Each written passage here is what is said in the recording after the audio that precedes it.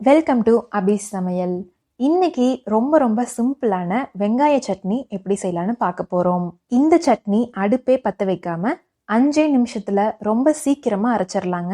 சரி வாங்க எப்படி செய்யலான்னு பார்க்கலாம். ஒரு பெரிய மிக்ஸி ஜார் எடுத்திருக்கேங்க. இதுல 2 பெரிய வெங்காயத்தை தோலை உரிச்சிட்டு நறுக்கி சேர்த்துக்கிறேன். காரத்துக்கு தகுந்த மாதிரி 4 இல்லைன்னா 5 வரமிளகாய், 2 கொட்டை அளவு புளி, 1/4 டீஸ்பூன் கரும்பு சர்க்கரை இல்லைன்னா வெல்லம், இந்த 2ல ஏதாவது ஒன்று சேர்த்துருங்க. இது கூடவே ஒரு மூடி அளவுக்கு துருவின தேங்காய் சேர்த்துக்கிறேங்க. இந்த சட்னிக்கு தேவையான அளவு உப்பு சேர்த்துக்கிறேங்க. கொஞ்சமா தண்ணி சேர்த்துட்டு இதை நல்லா நைஸா அரைச்சிருங்க. இப்போ பாருங்க, இந்த அளவுக்கு சட்னியை நல்லா நைஸா அரைச்சிருக்கேன். இந்த சட்னியை ஒரு பாத்திரத்துக்கு மாத்திக்கலாங்க.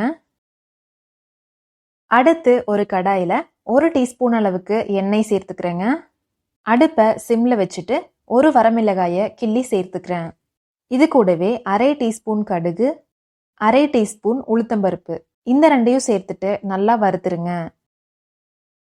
இப்போ அடுப்பை ஆஃப் பண்ணிட்டு 2 கொத்து கருவேப்பிலை சேர்த்துட்டு நல்லா கலந்துருங்க.